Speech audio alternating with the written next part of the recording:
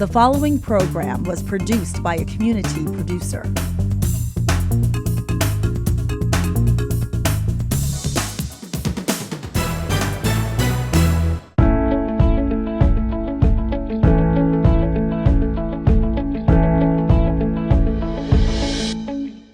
Hello, everyone, and welcome to the second episode of Malden Community Coalition Conversations. Today, we're talking to the Executive Director of Urban Media Arts, Tina LeGarde. So, Tina, do you want to tell us a little more about UMA and what you do here?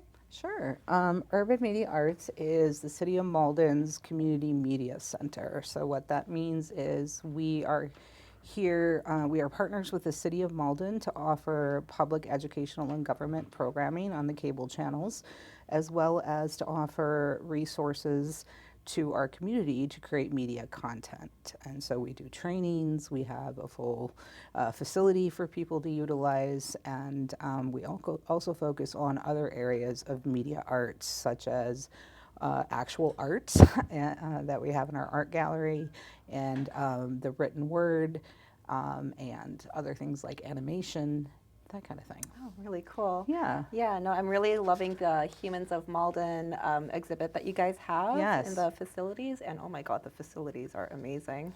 So what kinds of programs and publications are made here and who's involved? Right. So we do, as I mentioned, we do programming for our public educational and government channel. Primarily the education and government channel are, the content is created by UMA staff members. We have a staff member that covers all of the public meetings for the city and airs and streams those, as well as the school committee meetings. For our public channel, it's primarily producers like you and the team that come in and produce content for our public access channel. And we also have our citizen journalism program, Neighborhood View, which is an online publication. It's in its 10th year, celebrating its 10th anniversary. We've been really happy with how it's connected our community and engaged our citizens.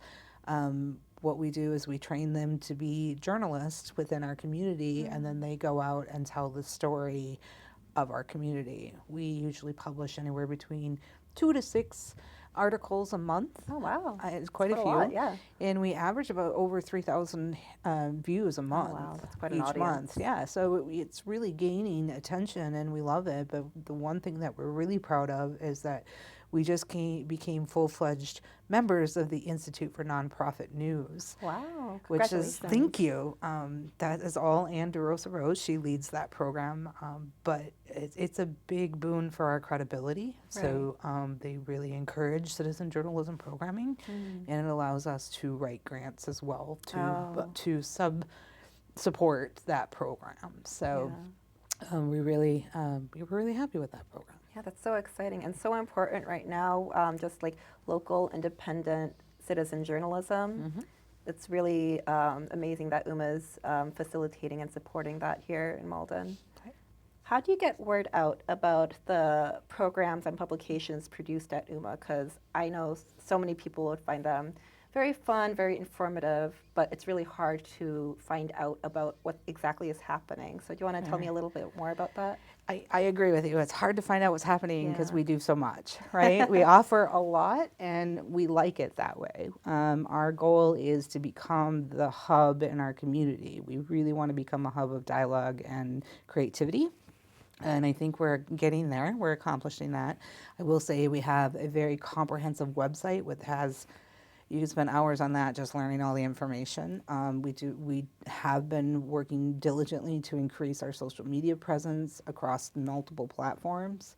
We're offering things like last month's Media Mixer, which was a great event. Oh, so fun. We loved doing it. We're excited to do more. And what our focus on those will be is making connections in our community, because we have pockets of different areas of interest. And what if, let's say, a media creator could help an artist make a multimedia program, or perhaps we connect our musicians with the local chamber of commerce so that there's spaces to do musical performances.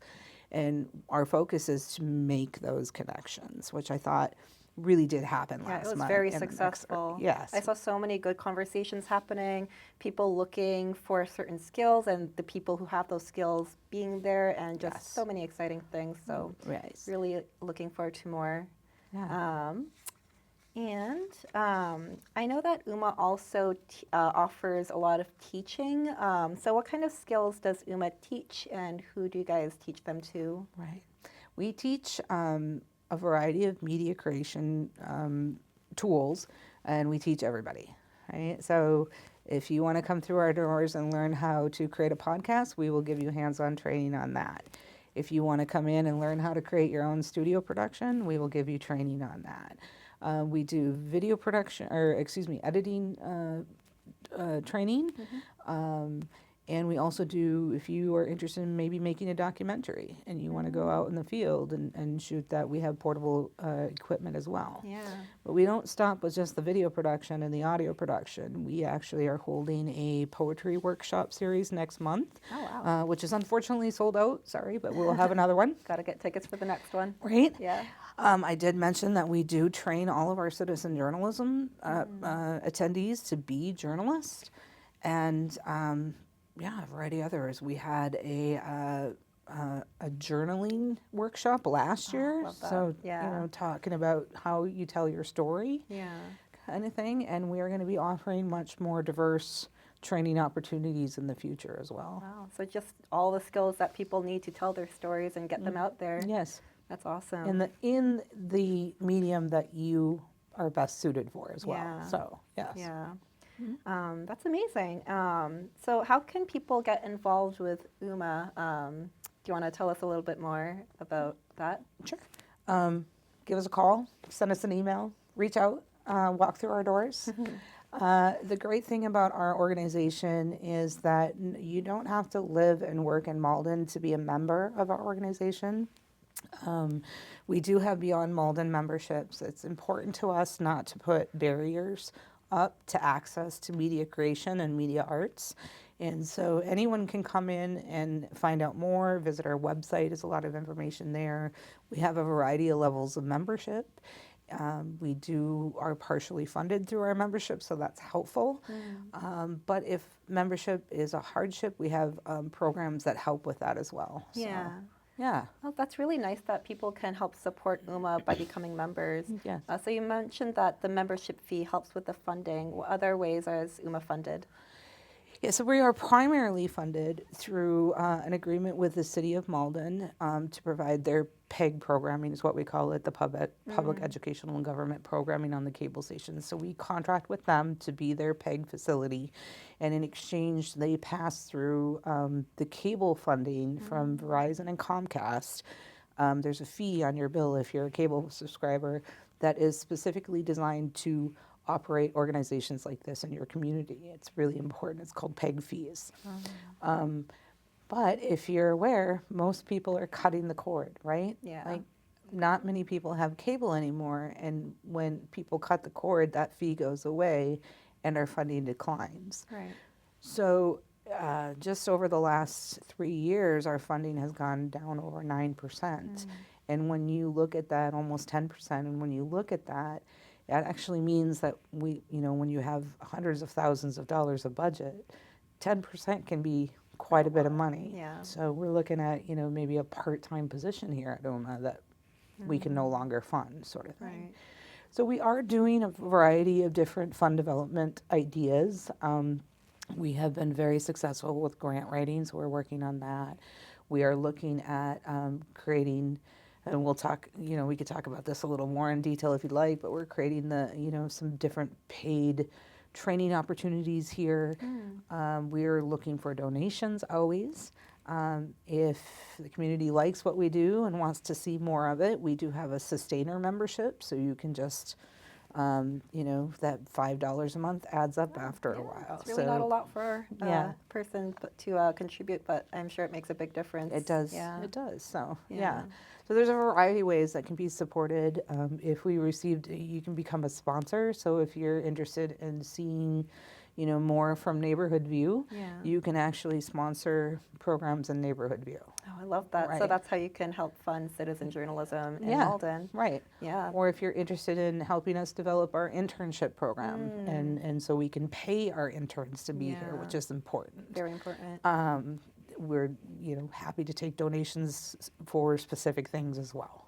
Yeah, that's So, okay. Yeah, that's really good to know because it's just amazing to have UMA here in Malden, and I'd really like to see it continuing to grow as it is doing. I know that there was recently a really major renovation, and it's Yes. looking beautiful. So there's so many amazing things happening at UMA. How can people get involved and support UMA? Do you want to talk a little more about that? Well, other than making a donation or helping us sustain our operations, another way to really actively get involved and maybe even enhance your skill set is to volunteer with us. We do have a variety of volunteer opportunities here.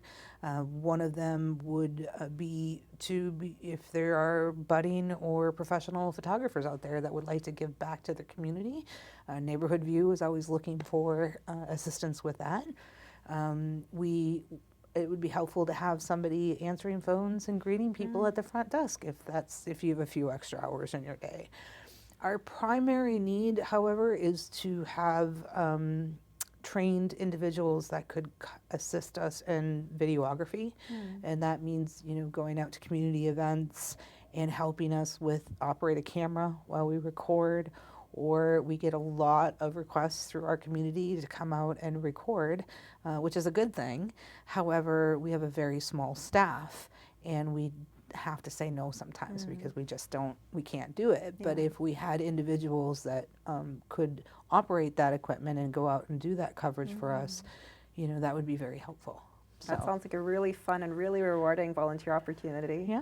Yeah. Another way to help out is if you are a specialist in a field. Let's say you do audio recordings and know big old mixers, and you want to teach a class at UMA. We are always looking for volunteer teachers as well. So. Okay. Yeah. That's really good to know. Yes. Yeah, lots of volunteer opportunities. Right. Then. Right. Yeah. So, what are some of the other things in UMA's future that you're excited for? I am super excited about this coming summer because for first time in quite some time, we're going to be offering youth media workshop series to ages. We have one series for ages 10 to 13 and another series for 14 through 17. They're going to be four days of learning how to do a multitude of media creation. And so there'll be things like script writing. For the 10 to 13-year-olds, it's going to be script writing, animation, sound effects creation, audio recording, and credits creation. So they're going to go through 4 days of creating this amazing project, and at the end of it, they'll have done it from start to finish. And for the older group, we're going to do very much similar style, but it's going to be more documentary film based. So we're going to be offering 2 separate sessions for each age group this summer. Yeah. And the registration will open up for that here shortly, like within the next day or two. So. Oh, wow. Yes. Super exciting. That's exciting. Yeah, I would have loved to have that when I was a kid. Yeah, we're very Yeah. excited about it, and we hope to do more things like that in the future with the youth. Yeah. We're also very excited to be publicly launching our community connections calendar in the fall to the public, maldenevents.com. We've been working with key stakeholders within our community, like the City of Malden, the Chamber, Parks and Rec, the library, to make sure that we are trying to find a one-stop shop for all of the events that are happening in Malden. So But it's convenient. not just the bigger, groups, it's all the churches and all of the, youth groups that are out there. We want everybody coming in and putting their events on this calendar so that if you're like, oh, what am I going to do today in Malden, you just go on and see what's happening and decide. Wow, that's an amazing resource. Yeah, It would be so useful to have.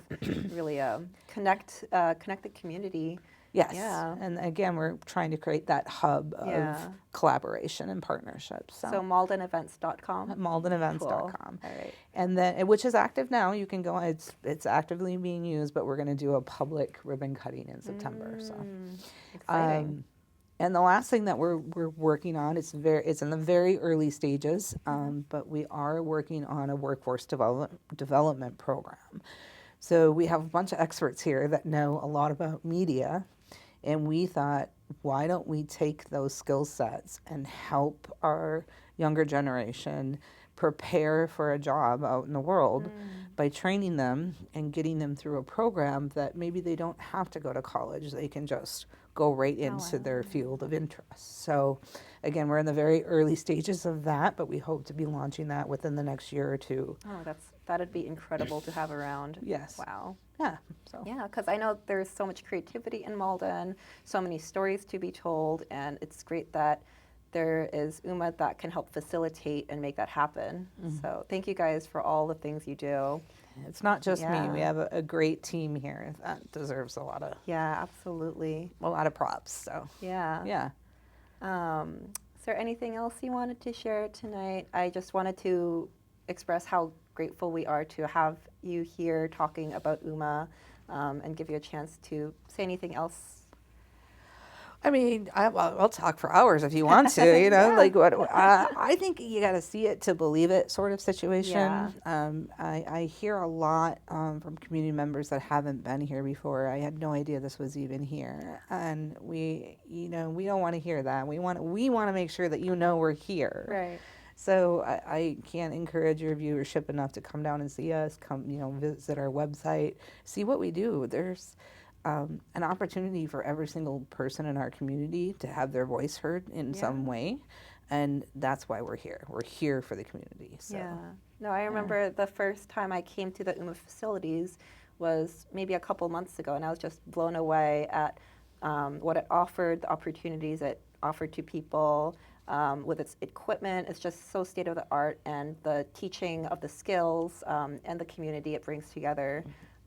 So I was very excited to get more word out about UMA if possible. And yeah, thank you so much for being here. So thank you.